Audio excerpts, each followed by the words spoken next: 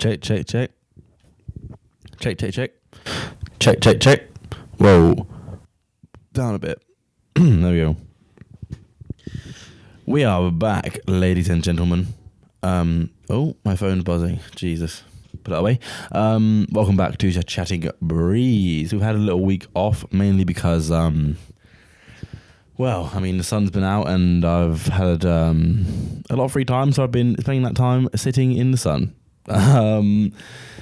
Gas to be back. Got a wicked episode this week. It's been a long time coming, actually. Recorded this one, over a month ago now. DJ Deepheat. If you are a follower of the label, you'll know about this guy. Absolutely insane producer, DJ the whole shebang, big trance, hard house, hard groove, techno, whatever you want. This man has got it. Had a really open, sort of honest conversation, really. Talked about his life, really leading him up to where he is today from everything. Like, the guy used to be a chef, running his own restaurant. He has a hog roasting business. He's been through some real shit, and also is an incredibly funny guy and really great to talk to. So I know you're going to love this one, so keep it locked for the entire episode. It's a little bit longer than your usual episode as well. Just to thank you for thank you for being so patient with me for having not posted an episode in about 2 weeks. Anyway, what else? Make sure to leave a like and a rate on Spotify, SoundCloud, and YouTube, wherever you are listening to this. And yeah, I'm gonna be quiet now because I'm gonna let you get into the real meat and potatoes of this one. Safe. See you in a bit. Hello. Right, that's coming through loads better. Nice, yeah. It's the game's really weird. It's really quiet, and then right at the end, it just fucking disappears. I've just whacked it all the way on. Go for it. Lovely stuff. Am I recording on there? Okay. Whoa, fucking hell. Oh, is this one of those ones from IKEA? I have no idea where it's from. Where it's two, we had the exact same, I think we might. It's literally nothing holding it on. No, not at all. Yeah. Am I getting, is it coming through on my side, anything? It just looks like I'm clipping, but I'm not getting any. Oh, there it is. You are clipping considerably. Great, right. Let me give it one of those. Synchronize it up. Now we're synced. You look shorter than me. You're not actually shorter than me. I feel like I'm. Get that chair up, boy. 5 foot, fuck all. No, you're not. In my head, I had you as a 6'5", absolute unit. Hunk of a man. Yeah. No, sorry, Bristol. Yeah, what the fuck, man? Come on. Ladies and gentlemen, welcome back to Chatting Breeze. This week, I have a very special guest. We've flown him all the way down from Sheffield just for this one podcast. Quick layover in Birmingham. Yeah. In the golden streets of Birmingham. Yeah. Streets paved with gold, I believe is what they say. DJ Deepheat is here in the Chatting Breeze studio. Round of applause. There we go. Yeah. Air horns, etc. Deepheat, I've known about you for a little while in terms of your music and your stuff, and obviously we've had some releases together and we've worked together a little bit. Yeah. But I was trying to find a place to start, because what I usually do is I do very minimal research for these things, but I'll be completely honest. But keeps it more like an informal chat there. Exactly. But I'll go through the person's Instagram and scroll to the bottom and see where it started. But you've had a bit of a clear out on your Instagram, or either that or you haven't had Instagram for very long at all. Well, I only started last year. Right. As DJ DP. So it's only but I have also just got into the habit of archiving. I'm trying to keep my grid nice and... archiving, sorry, it took me a second. You know what I mean? What sort of stuff are you archiving? Just, if I don't know why, I just I've got this thing, I don't want my grid to be too long. So if I get, if I have to do one of those collab posts with a promoter or something, it's right, okay, something's getting a chop. Chop down. Yeah, I respect that. So how does that work when you archive something? If you do a collab post, and then this is archive. This is such exciting podcast content. If you do a collab post, you can't archive it. Nah, you have to either ask the person the author, Yeah. or you can just like stop sharing. Okay. But obviously, I don't want to be rude and stop sharing. Yeah, I hate that. I get that sometimes when, like, from a post ages ago, I get a notification that someone's removed themselves as a collaborator. I'm like, oh, is that how it is? Yeah, yeah, I see how it is. Yeah. Away from the social media tips, so obviously Deepheat isn't your first like musical endeavor, right? No. When did it first start for you? Have you always been sort of somewhat musical, or like you know, did you have like a musical like family life growing up, that sort of thing? Yeah, to be honest, quite musical. So my dad. You're off the camera, by the way. Sorry. Swivel yourself around. Hello. So yeah, so my we're working here, bro. Come on. Get in the shot. So my dad taught flute. Nice, sick. And then I don't know, it was always like for some reason he really wanted me and my siblings to play piano. Okay. So I started playing piano or learning piano in like reception. So it was like 4 or 5, something like that. And then I don't know, I got to like grade 5 in classical, but I can play piano enough to make tunes. Right. Do you know what I mean? You still use it then when you're making tunes? Yeah, when I make my I like to play as much as I can or like I'll find a good sample and then like, write melodies around the sample kind of thing. But I got really fed up with that. Did jazz piano for a bit, got fed up with that, but I was always really into drums. But they said I could start learning drums when I was like, I think it was in like the last year of, must have been like junior school, so like year 6, that kind of time. Cool. Started learning drums and I got really... Actually, my first drum teacher was this really old guy who taught the drummer from Def Leppard. No way. Yeah, they're from Sheffield. Oh, fucking yeah, that's so interesting. So, they've got the drummer who's got like one arm, he lost an arm in a car crash. Yeah. So he taught him. Put a photo behind us now. Yeah, we'll have that. This guy, don't know his name. I'll put his name there as well. Sick, no way. But he was like, he was hardcore. So he was like, I had to like learn on just a snare drum for like a year. He's like, wow. you don't. He's like a jazz guy. He's like, you learn your rudiments to learn on all that stuff.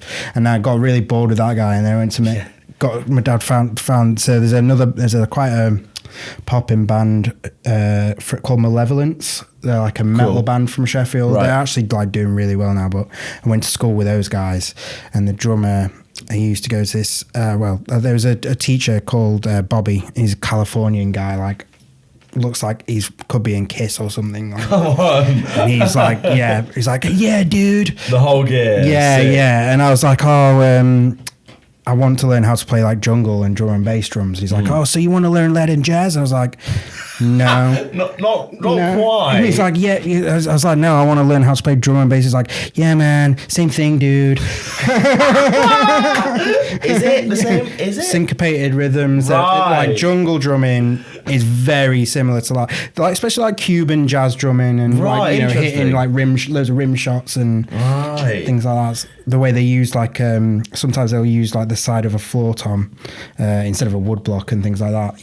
That is interesting. Which was you cool. came at it from I guess you were looking to get into it from more of a dance music perspective, but you were but you were moving in other directions at the same time. I think looking back on it, I massively regret not just. I don't know. I think when you're young, you're a bit arrogant, aren't you? Yeah, I know that feeling. Yeah. And then you're just like, oh yeah, I know it all. Like, I don't want to learn this. I don't want to do that. And now looking back, I'm like, wish I'd tried harder with piano. Wish I'd tried harder and learned more of the theory, so that now I know more about how to go into and do the ideas that I've got in my head. Because like, I don't know. I guess I'd compare it to like, I sometimes feel like it's like me trying to express how I feel in Spanish, which I don't really know how to talk. Yeah, I can speak some of it, or I could get like, conversational German or whatever, but I can't speak it fluent. Do you know what I mean? Yeah, 100%. There's like a line, isn't there, to where you can kind of like exist knowing it, but then there's like other people up there that are like, just fluent in it. Fluent. It's different gravy, 100%. And when you see someone just like smash something out on and you're just like, oh my God, why can't I do I can hear it. Because the thing is, like, I always get ideas for tracks in the shower. Right, like classic. My shower window like looks out into the garden, and it's like a really nice view, so you see all the way down into Sheffield. Come on, and big city lives, you know baby. what I mean? And I've got a bit of a bad habit. I like to smoke in the shower sometimes. In the shower? In the shower, like stand with one arm out the shower. Here's a photo of that now behind us. Let me demonstrate for you. Yeah, that's fucking mental. You're not getting soaked. I mean, not going to dwell on this for too long, but you're not getting absolutely sodden. I mean, there's been a few soggy roaches, but you know, I guess you just deal with it. Yeah, it's it is what it is. Beer in the shower. I had the occasional beer in the shower. Do you know what I mean? Beer in the bath sometimes is a beautiful thing, isn't it? Bath. Have you seen that shower orange thing on Reddit? People, no. There's like a whole Reddit thread. I think it's just literally called r/like shower orange. Just people eating oranges in the shower. Oh. Apparently, it's meant to be the most like grounding thing. It's supposed to like bring you back to being like a caveman or something. Know what I'm doing tomorrow. Exactly. Where were we? Okay. So, something about you get your ideas in the shower. Like I'll get like for some reason it's always when I'm in the shower, always in the morning, and then melody or whatever it is, like a rhythm or an idea for whatever, it always just comes in then.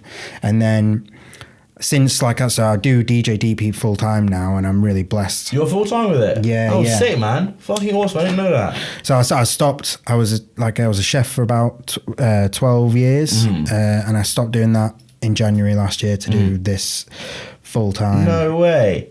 Oh, that's huge, man. How are you finding it? Yeah. Fucking hell. Because I have like Longies went full time for a little bit, and like some months are great, some months are less than great, right? Yeah. He now sort of works a few hours for STUUUDIO. He does like technician stuff sick. for them. But I can see the balancing act of like wanting to be like it's like that artistic integrity, but also sometimes is there ever a part of you that thinks about that your work differently now that you're doing it full time? 100%. So I don't know. I'm not going to get the violin out, but yeah, I'll get it out for you.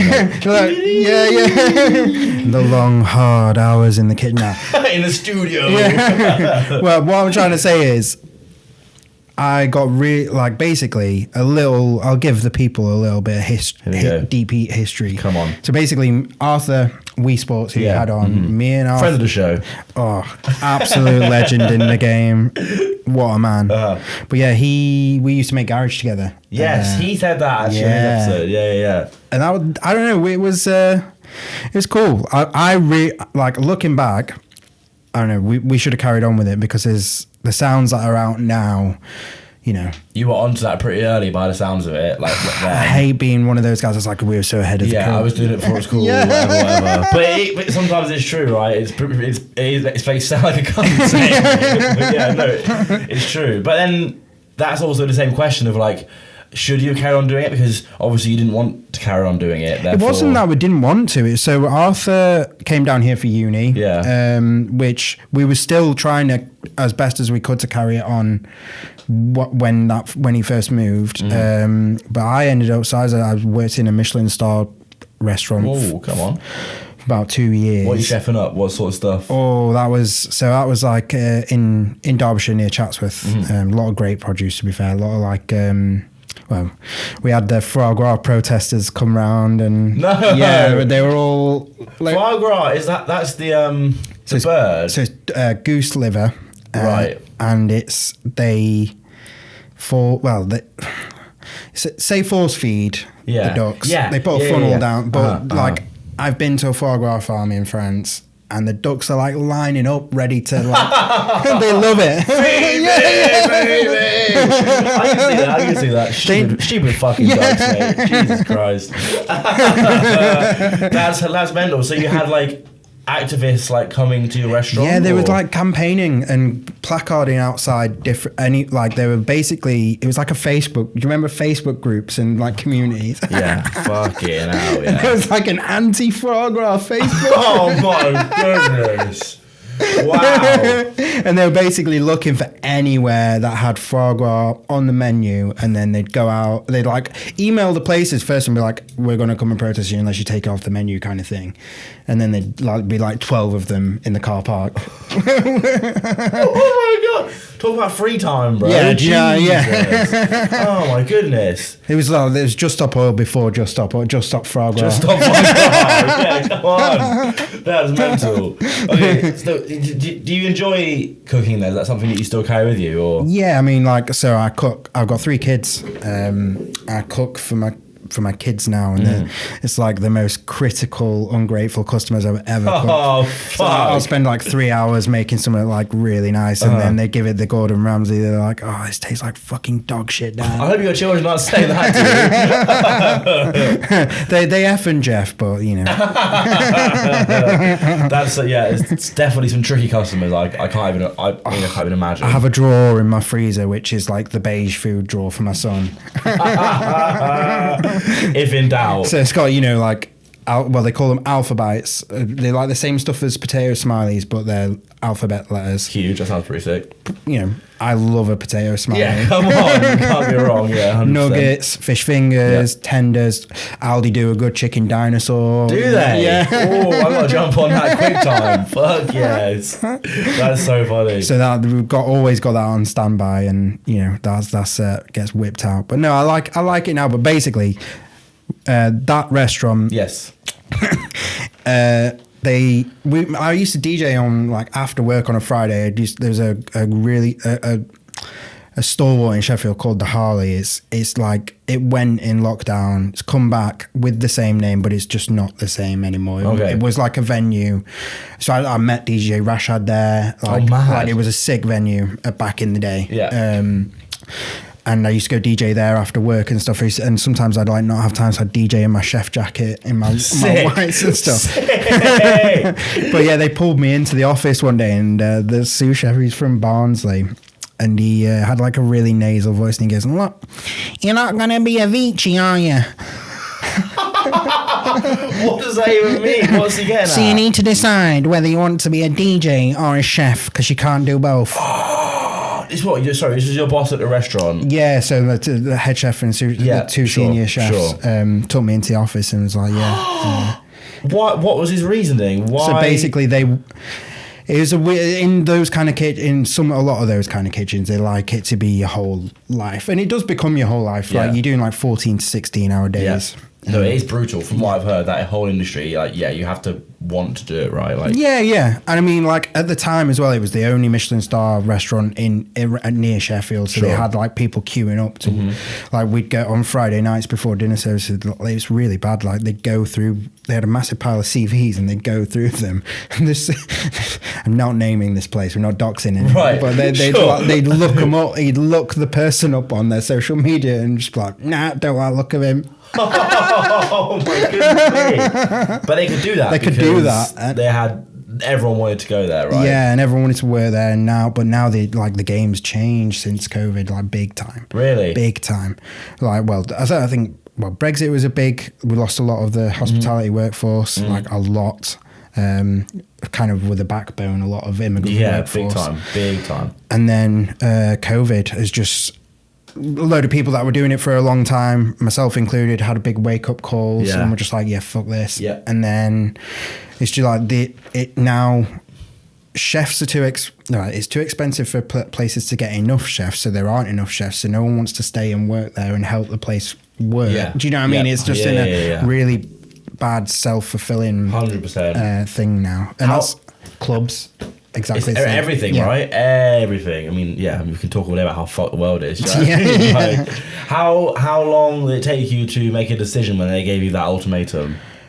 I went home, told my partner I was really upset. Yeah, of course. So, but then at the time, cooking was going better than music was. Yeah. And then I was just like, I decided to do that because it was providing more stable money. Oh, so you chose cooking first off? Chose cooking, yeah. Wow. they ended up not doing music for about 6 years. So how does that work though? Like your boss sits you down and says, "Right, mate, like you're not going to be a DJ, so choose." How is he going to regulate? Do you know what I mean? Like is he going to stand outside every venue? And just make sure I'm not there. Exactly. Yeah. Like what? That's so like I don't know, but I was like 19 or something. Right. I don't know how old. Yeah, 19, 20. Okay. Very still impressionable at that age, yeah, of course, and course. I was just like, I thought, oh yeah, I'm going to do it. I'm in the best restaurant in the area. This is what I'm going to do. Yeah. This is obviously the path I'm meant to do. Yeah. Or whatever. And you know, I get cringe when I'm like, oh, I was successful. I got my first headshot. I feel you, but people tell me you have to just fucking get over that. Do you know what I mean? You have to just like say it. But yeah, I know what you mean. But yeah. But yeah, I did well. I got my first head chef job. Nice. About a couple of years after that, when I was 22. At the same restaurant, or no? It's a really, really busy place in Sheffield. It was on Gordon Ramsay. It came second on Gordon Ramsay's best restaurants. Come on. So yeah, it was. Mate, you were smashing it then. I was their youngest head chef. Wow. Congratulations, sir. It would. I don't know. It doesn't do what music does for me. Yeah. Well, this is it. Like everyone has a thing, right? And as much as like, you know, like. It's a story as old as time, isn't it? People doing something because it's going well, not thinking about whether or not it's actually what they want to do. Yeah, do you know what I mean? 100%. What was the was there a moment for you where you were like, right, I have to, like, I'm making the switch. When I chose to go back to music. Yeah, or even that you decided that you didn't want to chef anymore or whatever.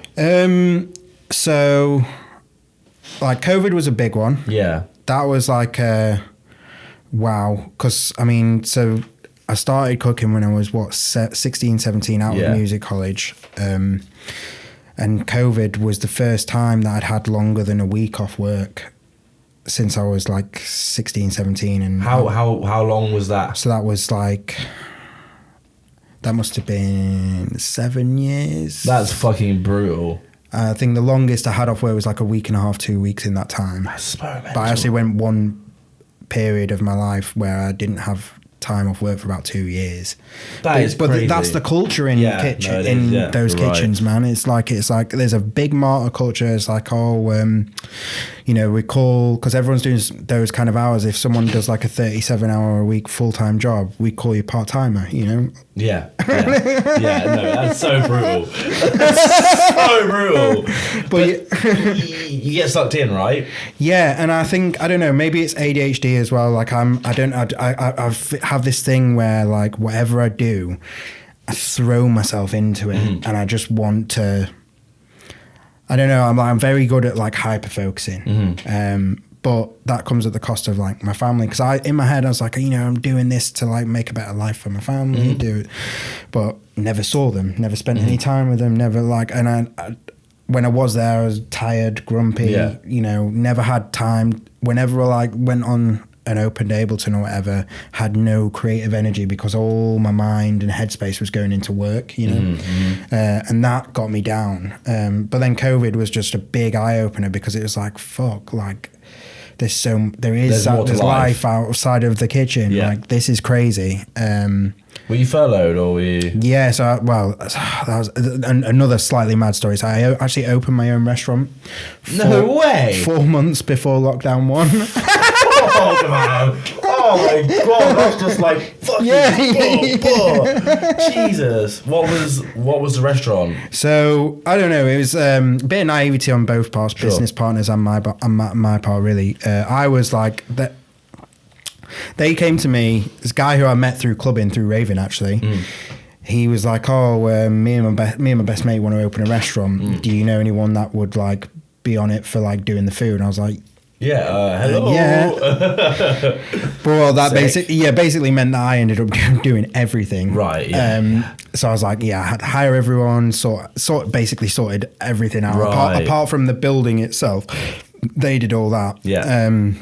Like the crockery, You were running the restaurant to an extent, or not? So before it opened, I had like interviewed everyone, hired everyone, built picked all the glassware, crockery, all that kind of thing. I mean, the crockery and stuff I wanted to pick because my food going on it. Yeah.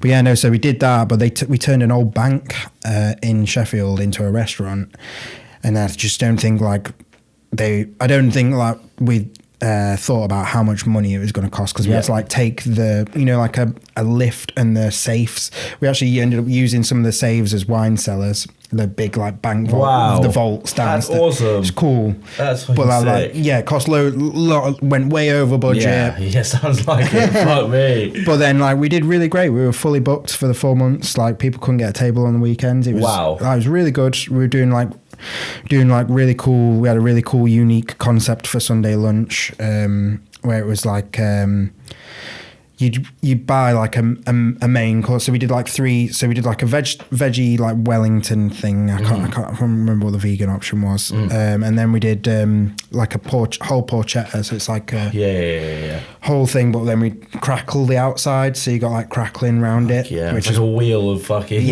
like crispy roast pork. Oh my god, bad boy. So that was one, and then we do like a whole ribeye of beef, and then but the beef would come, so you get like a big slice of ribeye and then some like braised short rib and burnt onion pure, and then like the idea was that like the table would get like Yorkies, roasties, and then you build like a family style Sunday. What the fuck was that noise? I thought it was your laptop. I was like, what the heck is going on? But yeah, so you build like a big sharing style Sunday dinner. That's incredible, man.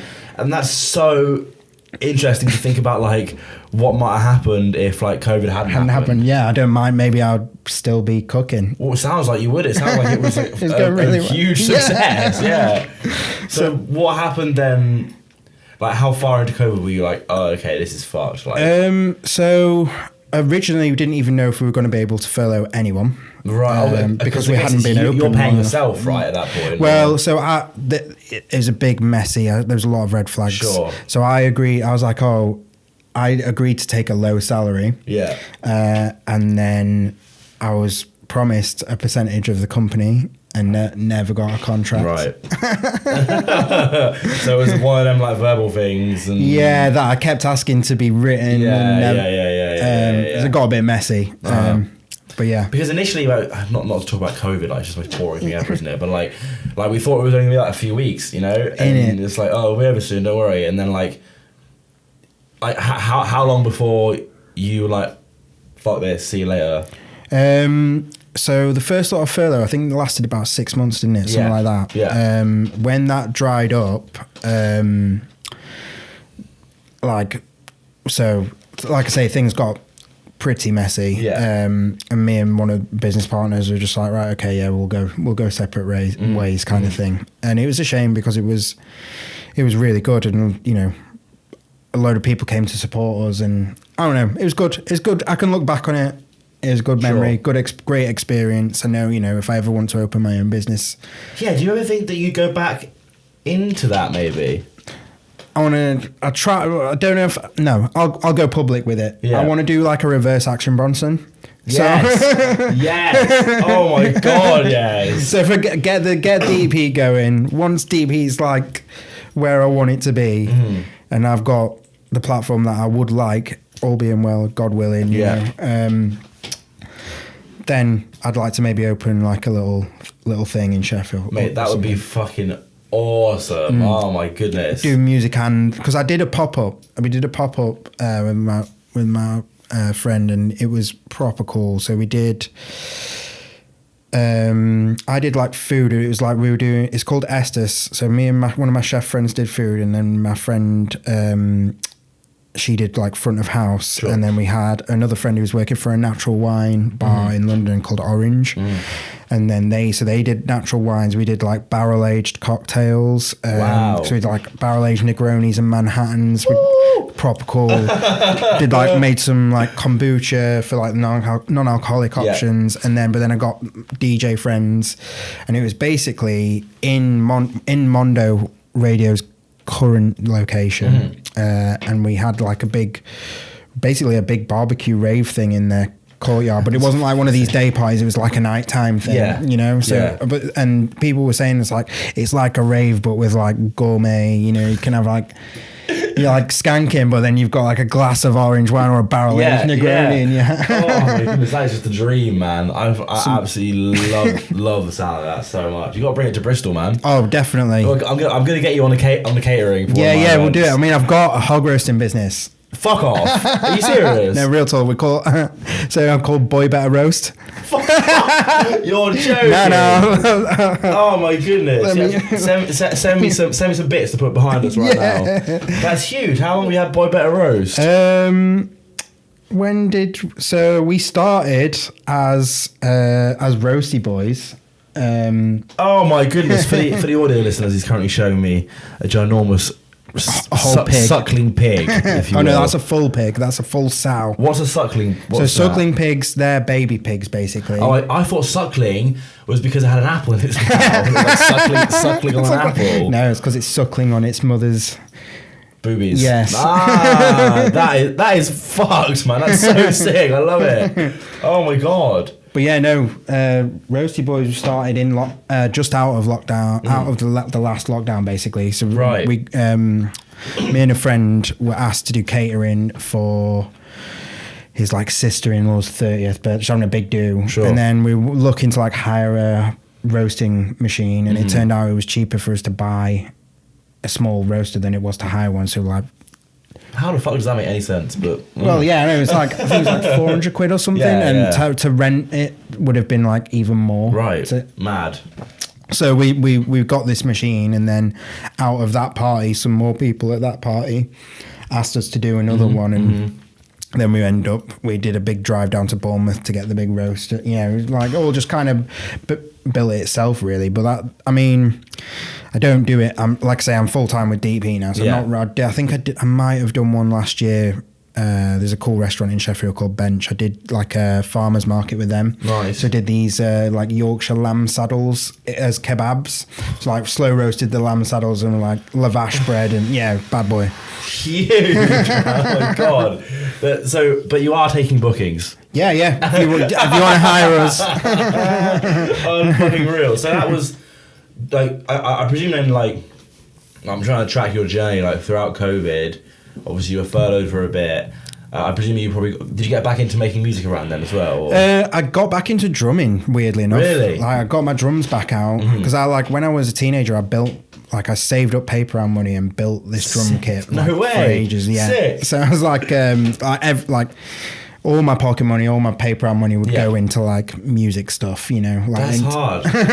How do you build your own drum? So you buy like the shells, buy the skins, buy the you know. Is it cheaper than buying a full set? Or? I think what I did was I bought like a kit of shells. Right. I bought the snare drum separate and then built them. Yeah. Wow, man.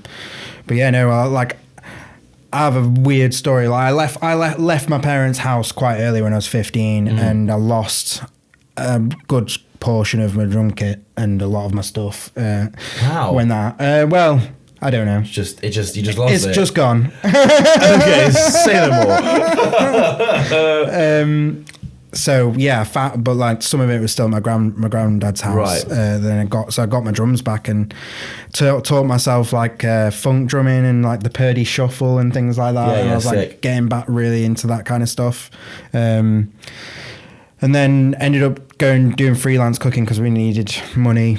But so I was doing like freelance cooking and then the hog roasting stuff for a while. Then I ended up taking a head chef job. You got right back into it then. I got back in so. Originally, the hog roasting thing was called Roasty Boys. Yeah. Like the Beastie Boys. What better roast is better, I think. What better roast has more ring to it. So that kind of like we parted ways, and then I turned my part of the business into Boy Better Roast and carried on with it. But then like I don't really know how I fell into that head chef job. I think I was like cooking breakfast in the place, and they had. I don't know, I'm very impatient in the kitchen if there's incompetence going on. Sure. And there was a guy in there, and I was like, look, they had a good package. It was like 4 days a week. So I was like, I could run the kitchen for you if you want me to. And part-timer though, mate. Yeah, innit? Do you know what I mean? What's it, 50 hours? Fuck off. But yeah, Crazy. no. So I was like doing that for the Duke and Duchess at chat on the chat in one of their like old 16. It's like from the 1600s. This inn, and then I got suspended from there. You've fucking like it's just back and forth, isn't it? Yeah, it's just like yeah. literally back and forth. What are you allowed to talk about? What you got suspended for? I suppose we could. It's not going to get me cancelled. It's pretty funny to music people. Good for it. Go on. Try me. So, when I was a junior chef, I worked with this gnarly, he was a lovely, lovely guy. Yeah. This sous chef, he was Eastern European, and he locked me in the office of the hotel where we were working at, and he was like, and apparently this is a thing that he used to do to all the junior chefs, like a hazing sort of thing. Yeah. Right. And he made us huff butane. Butane is like it's like the stuff like lighter food. Yeah. Okay, great, cool. Because he's like, can I do? It's not xenophobic to do the accent, is it? I don't think so. Nah. So he's like, we mean it in jest. He's like, don't be pussy, just fucking do it. That's hilarious. And did you do it? So I did it, of course. As any sane man would. Yeah. And you have to like, they've got that little plastic nozzle that you put into the bottom of the clipper. Yes. You have to like put that against your tooth and like squeeze the can into your mouth and then go. So I've done that, and then like honestly, it's the worst thing ever. Like, what happened? Like my mouth just tasted of gas. My forehead started burning. Like, when you can sweat's just like dripping down. Oh. And he's like, "It's good," huh? And I was like, "No, it's not." Oh shit! No, it's I'll not. do that. Yeah.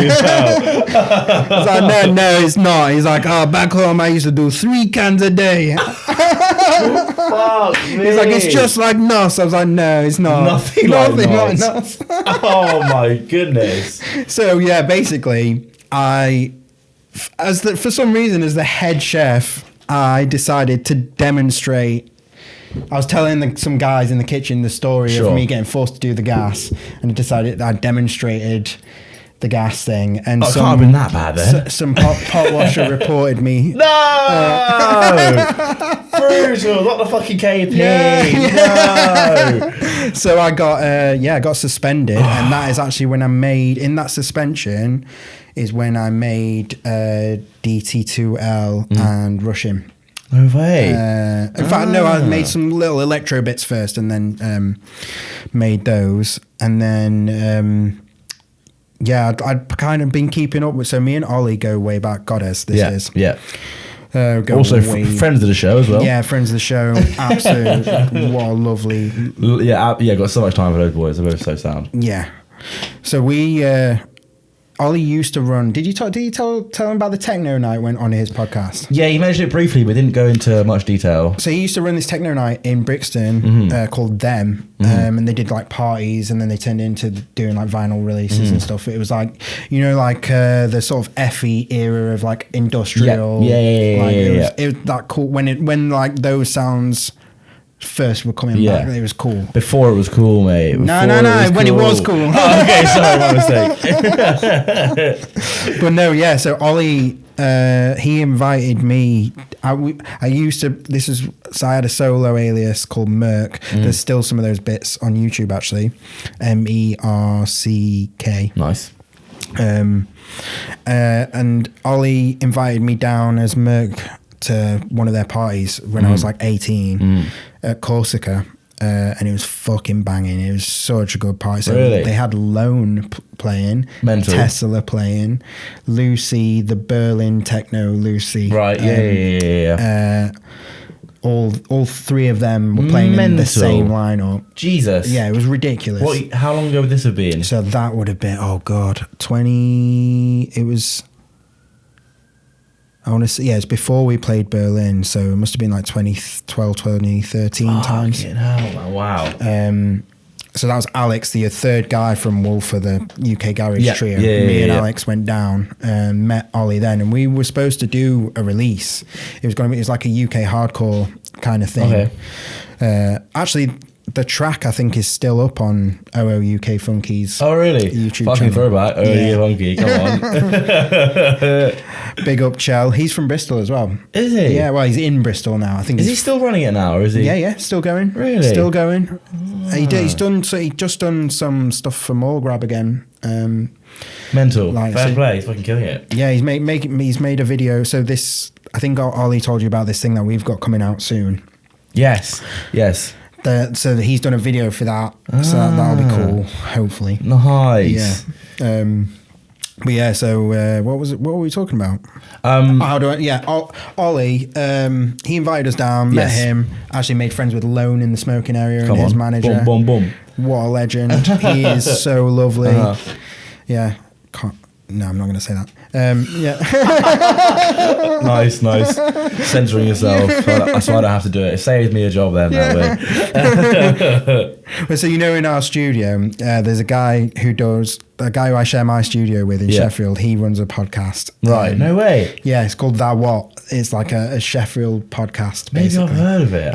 He's doing all right. Nice. What sort of stuff is it? What's So he the gets. podcast? I think it's predominantly music people. Well, no, it's just like creatives from Sheffield, really. So it's like artists, musicians, anyone really. Has he interviewed you? He must have done you. Yeah, we did one last year, but he's recently done like Coco. I don't know if K Dot's done one. I don't know but they're friendly. Sure, So, yeah. So he always says, he's like, first thing, don't cancel yourself. This is the thing. Is like that was kind of one of the things I was thinking about when I first started, because they always say, didn't it? Like with the podcast, like, it's only a matter of time. But like I just feel like it doesn't happen. Like in terms of like all the people that I've had on and like myself, like we're not saying anything. Contract. Yeah, do you know what I mean? Like, I don't know. The Fraser Ray one got my back up a bit. True. Smart mistake about the different doors sounding different. So what side do you sit on that debate? Because everybody else that I've spoken to agrees with him. Do you not agree with him? I firmly disagree. Really? Yeah, and I think I put a comment on it on the reel when I was think you just did. like, I can't remember what the comment was. because I said I genuinely think we need to do a blind test with him. Yeah. And like, because I could play some tracks that were made on Fruity that don't sound like they were made on Fruity. But the fact that you say that it doesn't sound like it's been made on Fruity. Maybe, yeah, no, I just heard that. Fuck's sake. No, but I get what he's saying about this, the Fruity sound thing being necessarily rhythmic or whatever, but there's some like I know people like hip hop and like grime and producers that have made beats that they don't have that fruity sound. Do you know what I mean? Yeah. And I just think I know some stuff. Well, Burial made Untrue on like Audacity, didn't he? Do you know what I mean? Like there's loads of. I think anything is what you make of it. Definitely. You know what I mean, I think it is a big generalizing statement to say, you can hear what something's made on. Yes. I think there's some things where it's like glaringly obvious. Yes. Okay. I'll give you that. Like preset sounds or rack sounds. Yeah. I think that's kind of what he was talking about, was like the built-in, like the plugins and like that sort of thing. But I can see both sides, and also it's interesting for me as a bystander because I have literally zero production experience. Like I don't have a fucking clue when it comes to any of that sort of thing. So I just like throw the cat amongst the pigeons and just take a step back. You know what I mean? I don't know, because there's old like neurofunk and bro step stuff that was made on Reason. Reason's a fucked software. I've seen like screenshots of Reason is crazy.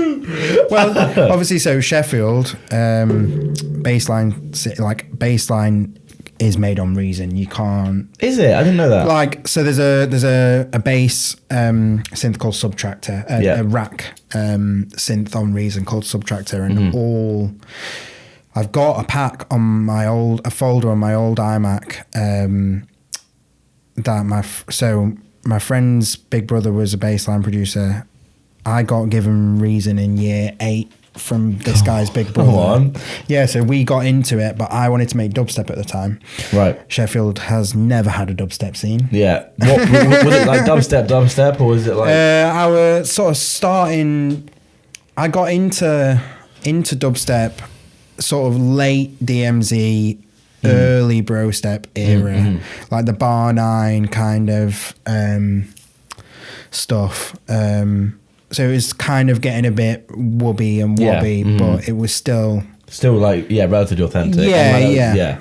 That was when it was popping. That was when it was like happening. Yeah. And that was like that was all I wanted to make. Yeah, because I have an uncle who's like a bit younger, and he's introduced me to the Prodigy when I was in primary school and stuff. Huge. Do you know what I mean? Because I was what he was like into, Sure. and then he's been my guide in dance. He's the guy who got me into like most of the dance music kind of stuff. Oh, interesting. Well, big up your uncle, mate. Fucking hell. Legend. And he's who I stay with when I play in London as well, because he's like, oh, you can come back anytime, you know. Sick. But yeah, no, he's so yeah. My two friends, they started making bassline. In fact, I'm shouting them out. JG, shout out JG. He's a sick producer. Like he taught me a lot about like how to use Reason particularly, but he did loads of mastering. He's mastered loads of tunes for loads of different people. Right, yeah. He used to produce grime beats for like K-Dot, Coco, everyone. Like mad. And I helped him engineer, because we both went to the same music college. Right. It's like I think Arthur went to it as well. Okay. Did he tell you about that on the pod? Oof, you're testing me now. I don't. Maybe he mentioned it briefly, but I don't remember. Sick music college in Sheffield. Well, it's a music tech college called Red Tape. No, I don't think he mentioned it. No. So it's just a fully working studio. Really? Built by the Human League. No fucking way. Mental. This is what they tell you when they give you the tour around and they're like trying to get you on the night. But yeah, no, they sold it to like Sheffield Council, who turned it into this college. Right. So you're learning music tech, but you're in a studio. Like you'll do the lecture in the control room in the studio. Sick. It's proper cool, man. Like it was there's a whole there's only I think there's like 30 people that get accepted onto each year, because they basically do 3 A levels in just over 1 year. Right. Yeah. So you have to cram it in. So it was just incredible. They taught me so much. Like they taught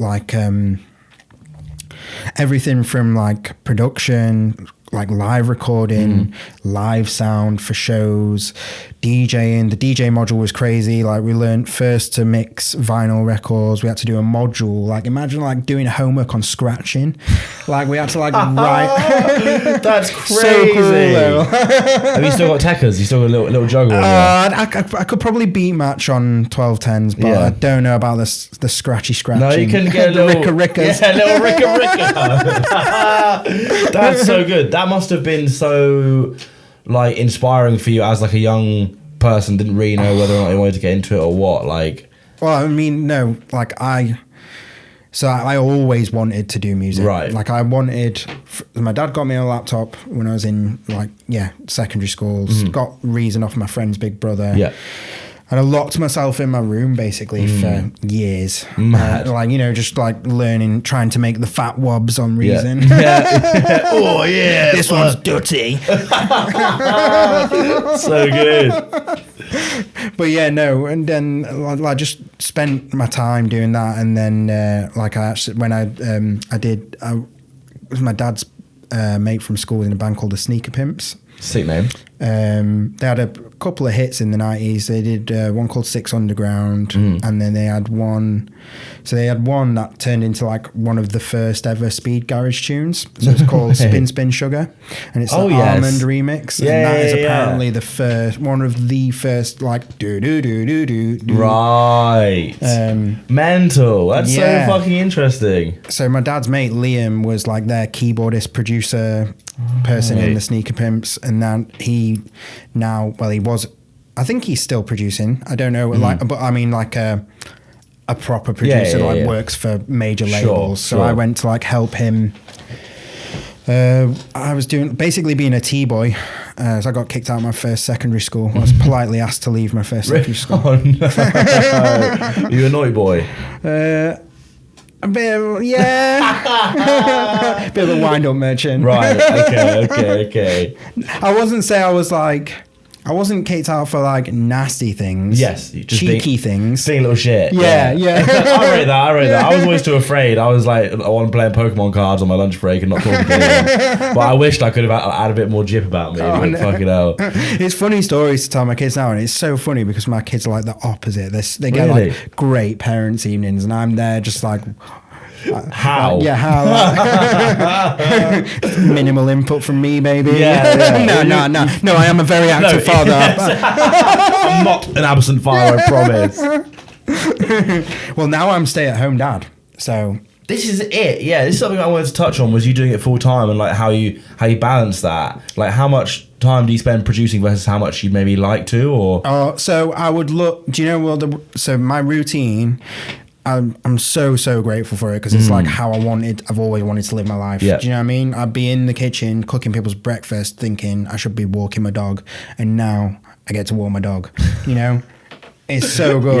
Yeah. Like it's literally the little, like, you can forego money, just get out in the park in the morning. You know, and just, you know, go and see some nature. Yeah. And like that sorts my head out massively. But yeah, so my routine now, me and the dog take my son to school, drop him off. Well, she's got like a rigorous exercise routine. I put it on my story. I always see it on the story. Yeah, I love it. So we have to do like, if I don't do that, she'll just chase a tail in the studio. So, so we have to do that so that she'll sleep. And then I go to the studio for about maybe 6 hours at my son's at school. Do you have a studio in the gaff or are you elsewhere? No, it's external, so it's like Nice. About half an hour walk from my son's school. Nice. But it's like right down in the valley. Then Sheffield's all hills. Yeah.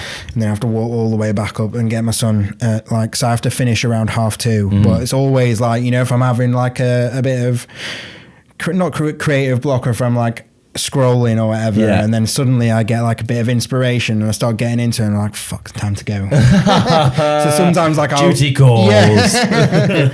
So I'm doing like, I do tend to do 5 days a week, Monday to Friday when my son's in school. So you treat it like a job then, really? Yeah. I'm being like as diligent as I can. I've got myself like a wall planner. Really? I'm like trying to... That's sick, man. That's so good. Trying to go for it. I think you have to, right, if you're trying to make it a sustainable, like actual genuine, like moving forward, keeping it as like a full-time thing. Yeah, I mean, I'm very blessed. Like me and my partner basically switched roles. So she qualified as a nurse. Wicked. Last year, and that has freed me up, basically. So it's taken like the financial burden off me, basically. And then so she's like the breadwinner, but she can, as a nurse, can make a lot more money in shorter time than I ever could as a chef, you know? Yeah. So like I'm doing the caregiving for the kids, do like bath time, bedtime, you know, all that, and then fit my studio in around that. But that's nice as well, especially considering that when you were like chefing and stuff, like you say you had a lot of time away, having that time back must be really nice. Honestly, like I don't want to be one of these people that's all like, oh, gratitude, man, but there's nothing wrong with that at all. There's absolutely nothing wrong with that. I am so like so grateful. Like I'm so lucky. There's not a lot of people that...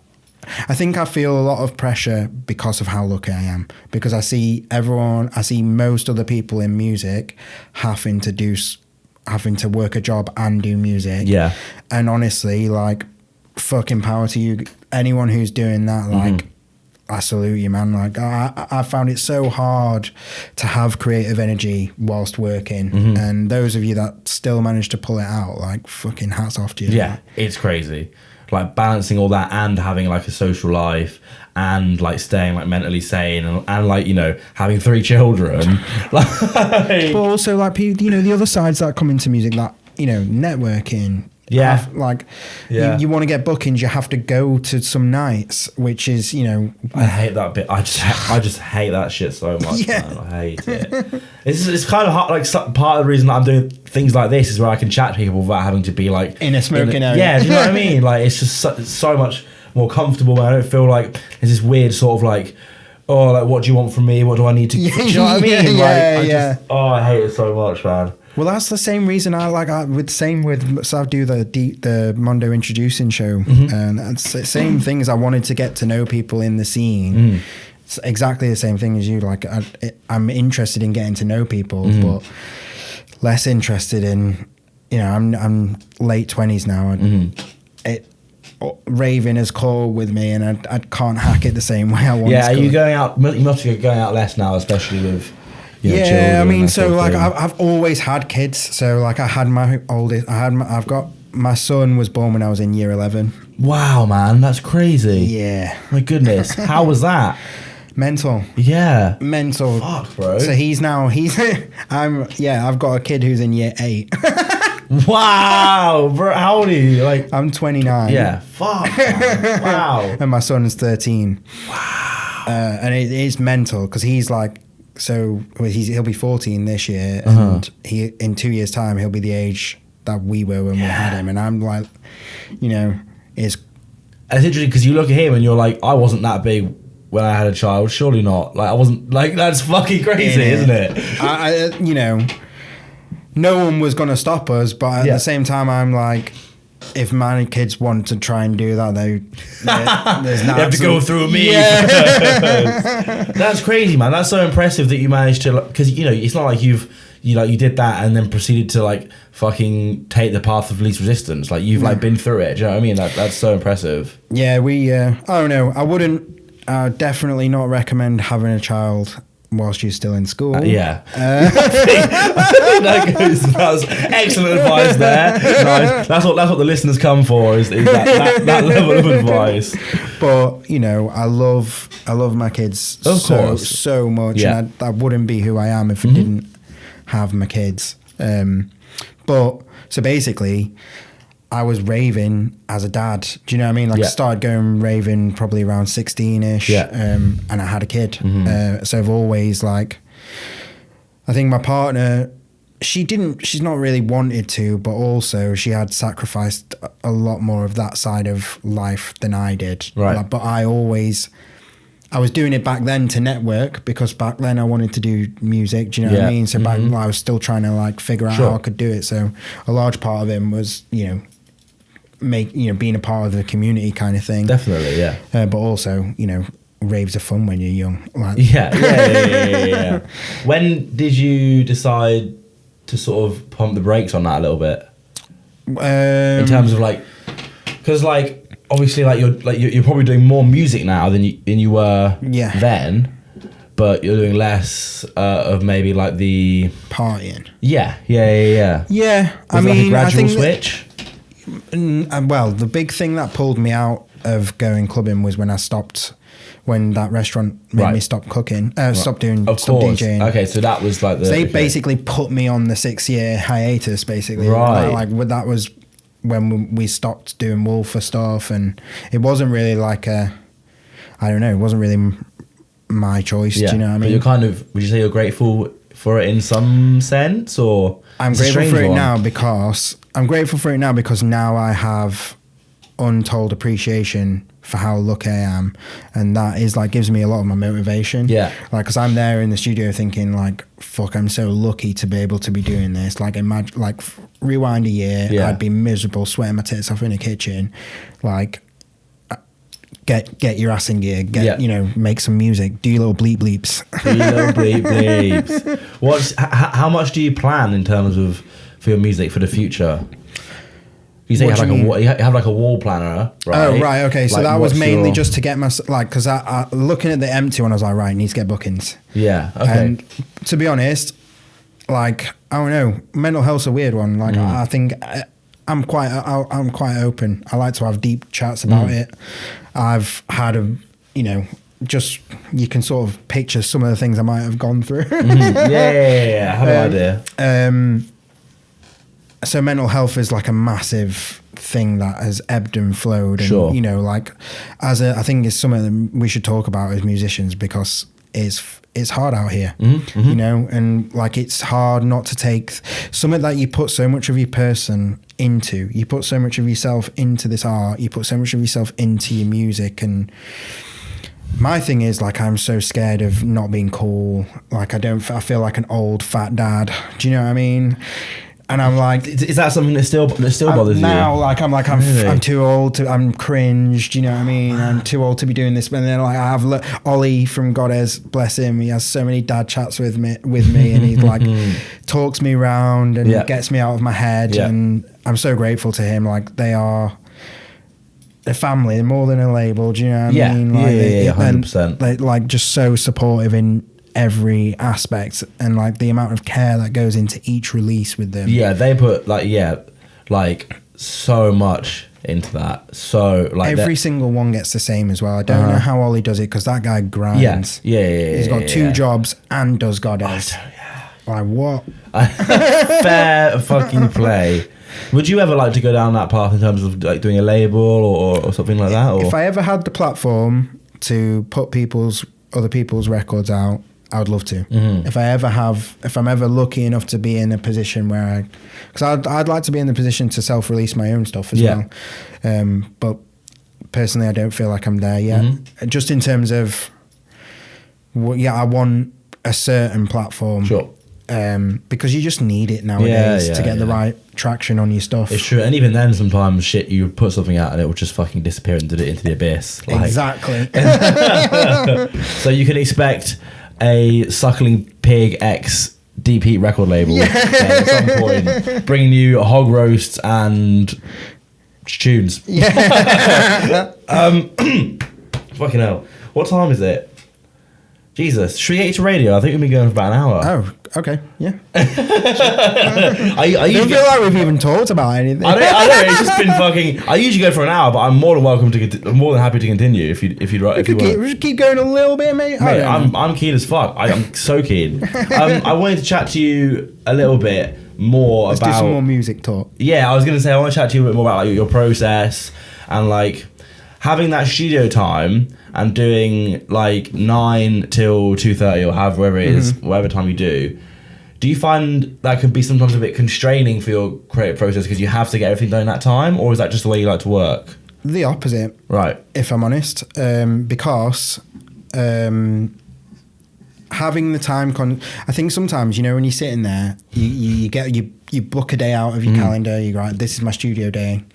You can sit there with no inspiration and waste the whole day, can't you? But then I think having it away from home is a big thing. So when I started doing Deepheat, I had my stuff in my bedroom, and my productivity. I mean, I'm quite prolific as a producer. I do churn them out, but it was nothing compared to what it is now, because now it's like I have this walk where I'm like, right, planning out my day. What do I need to get done? Who needs what? Yeah. These guys need pre-masters. These guys, it's kind of prioritizing my job list. And then I'm thinking, right, okay, that'll have to go till a few days' time. Today we need to get this done for Belters or this done for Goddard. You know what I mean? And I find it a lot. I think with ADHD, the time constraint helps as well. Yeah. I can see that. Because I need to be able to work into that deadline.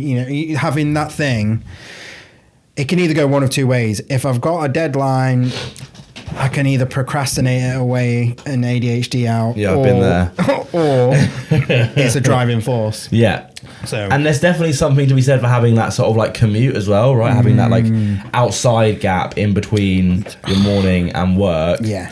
Because like if I'm working from home sometimes, like I'll go downstairs, I'll make my breakfast, and then I'll sit on the sofa and get my laptop out, and I've maybe done like 2 steps. Do you know what I mean? And it's like you're not out of that headspace. You're still in that sort of waking up home. Yeah, home mode. Exactly.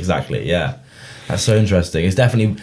You say it's definitely worth getting like an external studio I would space. recommend if you can afford it. Yeah, of course. Because not everyone can. But if you're getting to the point where you wanting to, I'd say if you're getting to the point where you're wanting to sort of, take it more seriously. Sure. Yeah. I would recommend getting a space because it's worked wonders for me. I'm very lucky. I share with 2 guys. So like Jack does the podcast, but he only really uses the studio maybe 1 or 2 times a week. Yeah. And it's usually when I'm not there because they both work when I'm... Right, yeah, because you're doing it during the work day, I suppose, so that works really nicely for you. So, yeah. And Charlie, the other guy, he comes in and has a mix, but it's only like evenings and weekends when I'm not there, so it works beautifully. Amazing. And we all get cheap rent on a good studio. Yeah. I wanted to ask you as well about like the Deepheat sound, like where did that come from? Because I think, you know, obviously there's a big scene for this sort of like techno and trance, and you know, especially when it comes to like the sort of hard groove, hard housey influence stuff. But I don't feel like that's very present in Sheffield. Would that be wrong to say? Not at all. Yeah. Like, I actually would look like I'm supposed to be starting a residency with Homeworks. All right, sick. In fact, I think it has officially started. We're announcing it here. So they do a festival called No Bounds. I don't know if you've... I've heard of it, yeah. I've heard of it. So I think I'm playing that this year. Sick. But yeah, so I'm hoping, they've said with that I should be able to do some takeovers. They've got like a really cool new room at the back. It's like 200 cap. Nice. Really low ceilings with like office tiles. Sick. Like the ones that you can like push up. Yeah. But they're really sound absorbing. Yes, no, you're fucking right. Yeah. So there's no reverb. So like you get a good sound system in there. It's clinical. It's so good. Real good. But yeah, they've said, so hopefully you'll be getting Goddess up for a takeover in there. It would be cool. We get some Bristol people. That would be great. Yeah, mate, that'd be fucking great. Because people love it when it happens. This is my thing. This is like no one's pushing it, but when people hear it, they're like, "This, they fucking go mental, don't they?" Yeah, 100%. Like Jordan played at Forge a few weeks ago. I'm fortunate they've taken a liking to my music, which I'm very blessed by. Sick. So they and their set was all really bouncy, hard house, and people were loving it. So there is the crowd there. Like when I play my sets, and I've only played. There's a bit of, like I was having a running joke because for like most of last year didn't really get booked in Sheffield. Most of my bookings I've played like more in London than I have in Sheffield. Do you reckon that's because of your sound? Like, I think so. Yeah, I think because of the sound, the labels I'm affiliated with. And the scene I'm in, I think most of it's down here, really. What drew you to that sound initially? Because it sounds like you haven't always been in that sort of subsection. No, I've got an incredibly eclectic taste in music. Yeah. Like, I mean, the set I'm going to do on Workshop, I'm playing a load of random stuff. I'm looking forward to hearing your workshop and your set later on. Different vibes. But yeah, no. I honestly, and this is cheesy and cringe as fuck, but so I was in the kitchen 2022. Year before last year, 2022. And then, you know, when you put YouTube on and it just auto plays next songs. So I was like, I think it was like DJ Metatron. Love, you know, Trown Prince. Love his stuff. So I had some of that on, and then it just randomly it went onto a Narcissus tune. I think it was the Sundowner. Yeah. That EP, and I was like, what? That's on Lobster. I thought Lobster Theremin was a lo-fi house because like I'd been out of the scene. Sure. So the last I knew, Lobster Theremin was like doing like lo-fi house, DJ Boring type stuff. Sure. Yeah. Right. I was like, what the fuck? There's like proper banging trance out on. Interesting. And then Meet Her at Bareneck, the heartstring tune, that auto played as well, and I was just like, what? And then I ended up like playing that like over, like my chefs were getting so fed up because like, oh, he's putting that on again, and I just was playing it over, and then I was like, that it just something went off in me. I was like, fuck, I think there's like a reception for the sounds that I want to make. Do you know what I mean? I think it exists out there. It was almost like, maybe it's time. Like maybe I could do that. Do you know what I mean? Yeah. And then like got suspended, and then ended up making the stuff. And then I sent Ollie a message, and I was like, do you remember me? Because we hadn't spoken in like a decade. Really? Wow. That's incredible. Just jumping back in. That's so sick. Like, I don't know if you remember me, but I've been keeping up to date. Like, I think Goddess is like really cool. And like love it. I've got some new demos I've been working on. Can I send them you? And he's like, I didn't know if you'd remember me. And like, it was just really nice. And then like he ended up signing that first EP, and then I was like, right, fuck this, I'm out. We're going. Yeah, I'm out of the kitchen. Like, so then that was you. Then that was the moment. Is when Ollie signed it, and he was talking about what he was talking about, and I was like, you know what I mean? And then I was like, I was just, then it was like exit strategy kind of thing. So like, I quit January 2023, quit cooking. Wow, man. And it's been, I'm not gonna lie, been rough. Been rough, but I keep saying to people, I've never been more broke, but I've never been as happy as I am right now. Like I feel fulfilled. Like I feel like I'm actually. So I kept saying to myself, having these conversations with myself, saying, you know, if I died tomorrow, would I be happy? Would I feel happy? Yeah. And it would, having given my time to the kitchen. Yeah, exactly. And the answer is no.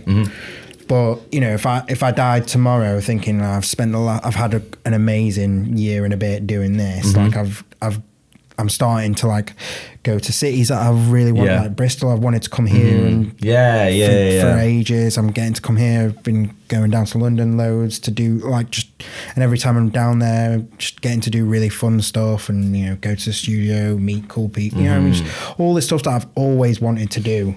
I'm finally getting to do. That's what it's about, though, isn't it? That's exactly. it, yeah. And that's worth more than money to me. Exactly. Do you foresee it going on longevity-wise? I want it to. Yeah. Hand on heart, I want to go as far as I can, and you know, easier said than done, and maybe, you know, I don't know. Who knows what's down the line? Yeah. But all, you know. I found it like really like eye-opening, because obviously like I've been going a year and I find like the socials really hard. Yeah, that's such a fucking but also that like the entire industry functions off of Insta now, really. Yeah, literally. I think it's just a necessary evil now, isn't it? Like if you want to get seen, you have to be existing on there. And then I'm like, why can't I be cool? Why can't I, like, because I like, you know, someone cool will follow me, then they unfollow me, and I'm like, what did I do? Yeah.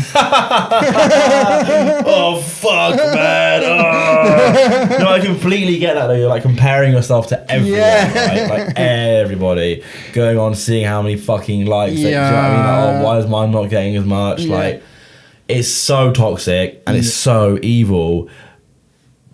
But there's no other option. Like, I feel especially bad for producers, right? Because like for me, I have the podcast and I have things that I can put out on a regular basis.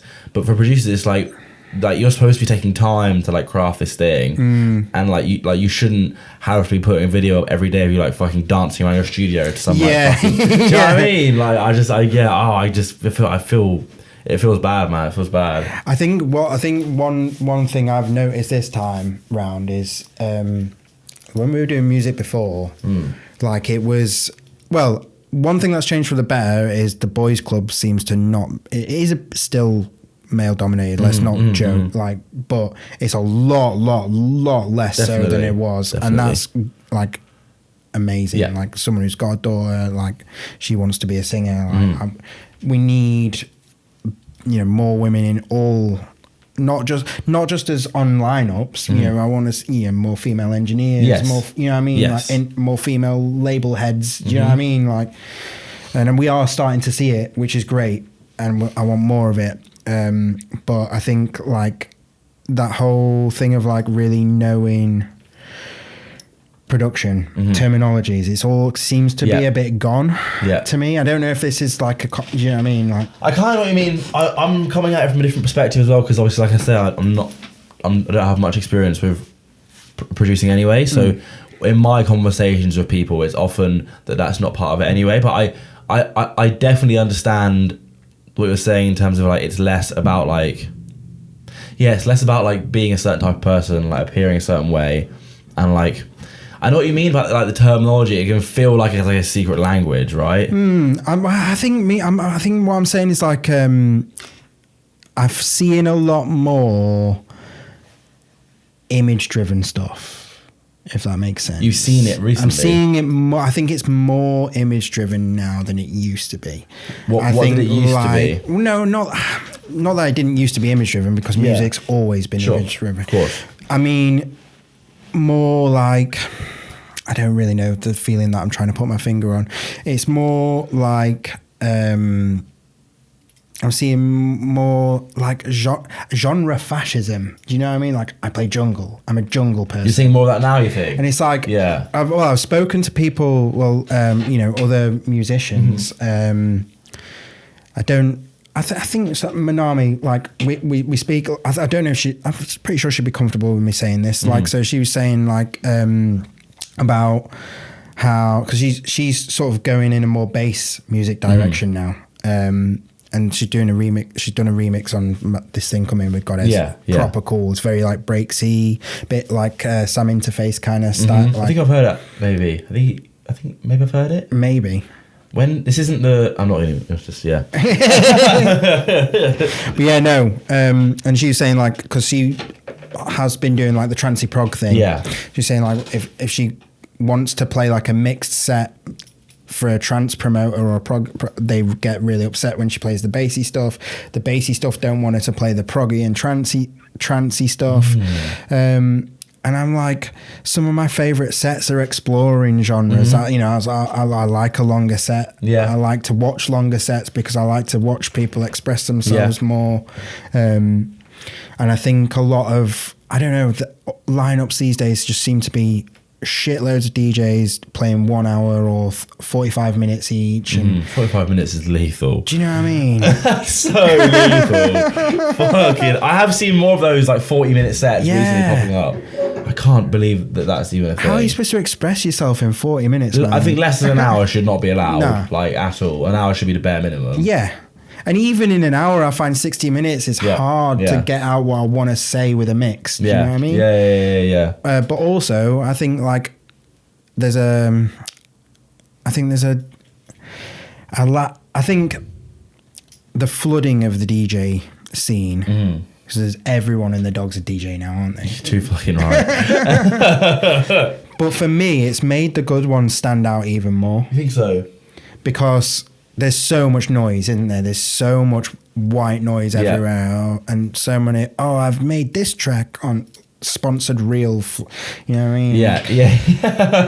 I think it makes the good stuff really shine more. Yeah. Like you see someone do like because I think a lot of I don't like this idea of vinyl being the pinnacle of music, like playing a vinyl set being the pinnacle of DJ. Yeah.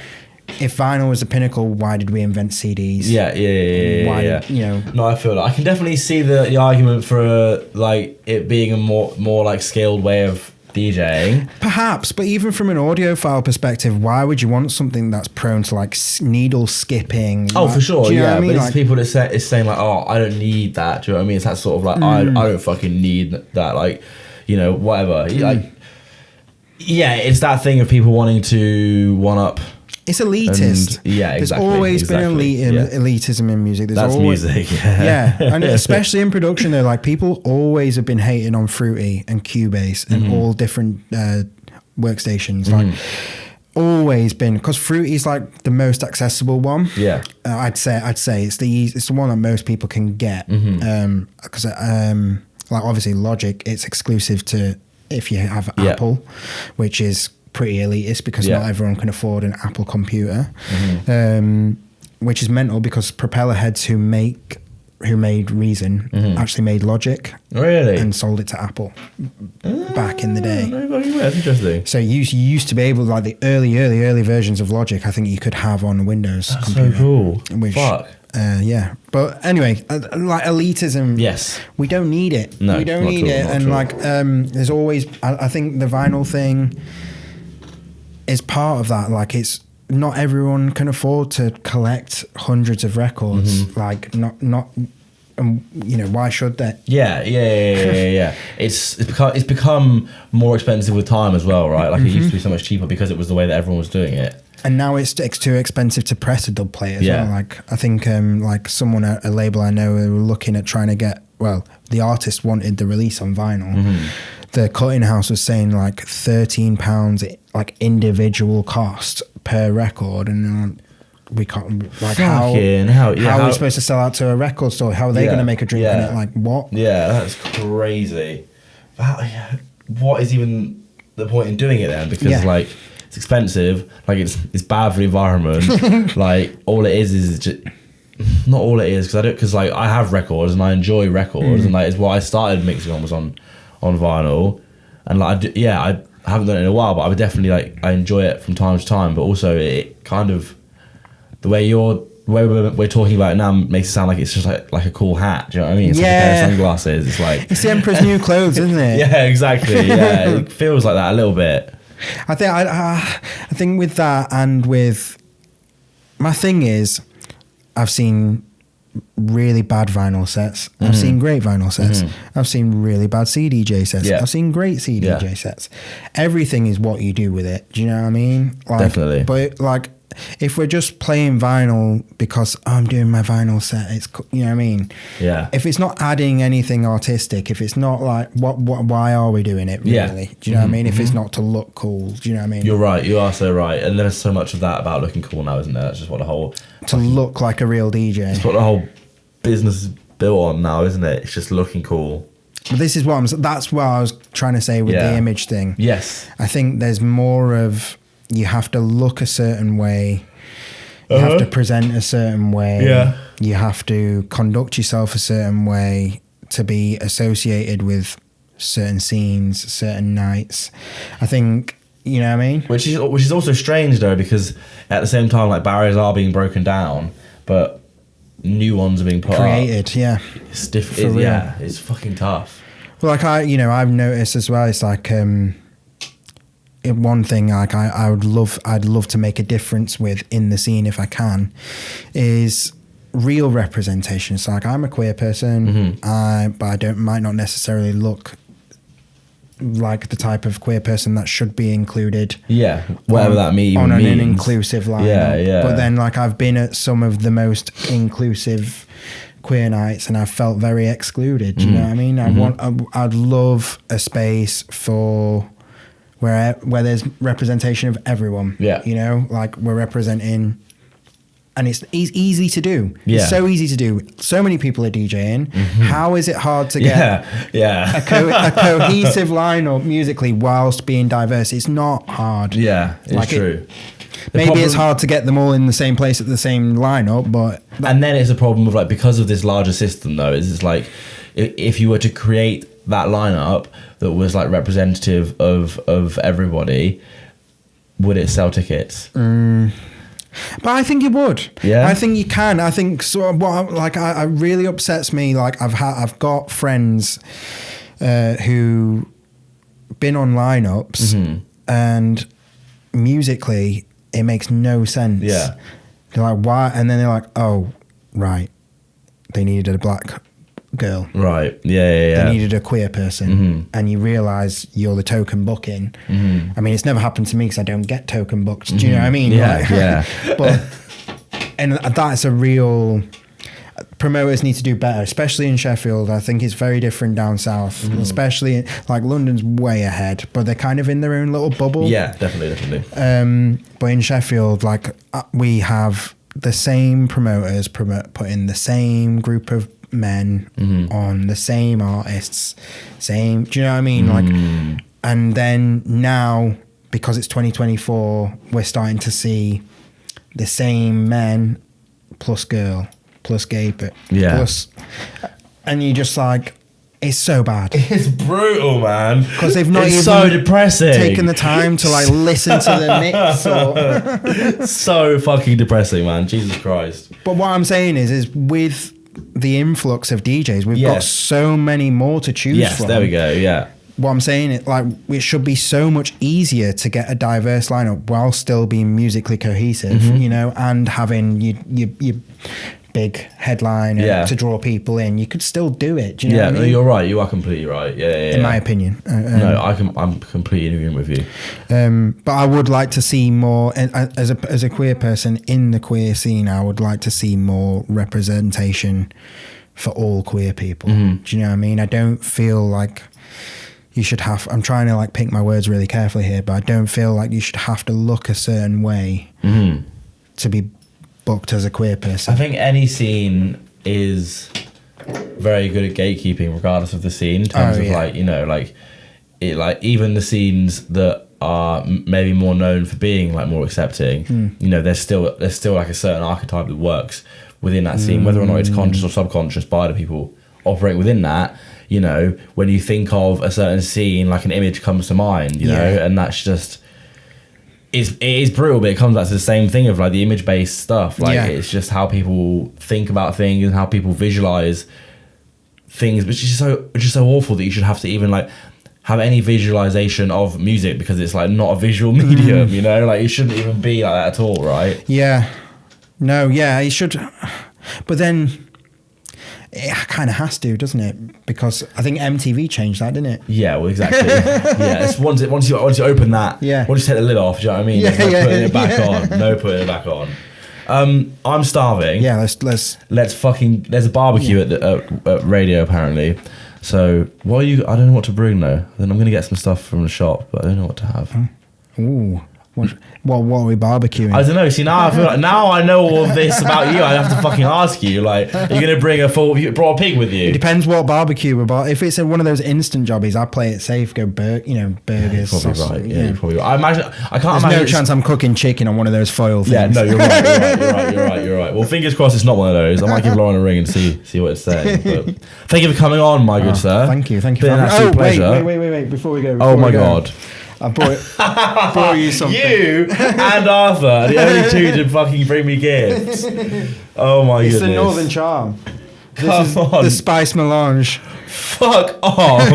What the fuck is this? So this is Henderson's Relish. Henderson's Strong and Northern Relish. So this is been made in Sheffield for a long time. It looks like Worcester. I thought it was Worcester. You thought it was Liam Perrin? Nah. Yeah. So there's a group called the Everly Pregnant Brothers from Sheffield, and they've got a song called Hendos, and the chorus goes, "Fuck Worcester sauce, that shite's no good for you. It tastes like fucking glue." Unreal. I'd rather have Endos. Fucking too right, bro. Oh, thank you, man. This is so the great thing about this is vegan. There's no anchovies in it, which there is in Liam Perrin's. Right, yeah. So vegans, but it's a similar style. Yeah, but we have it on everything. On stew, it's banging. There's like, you know, instead of vinegar on your fish and chip. I was gonna try and go to a chippy and get some so I could demo.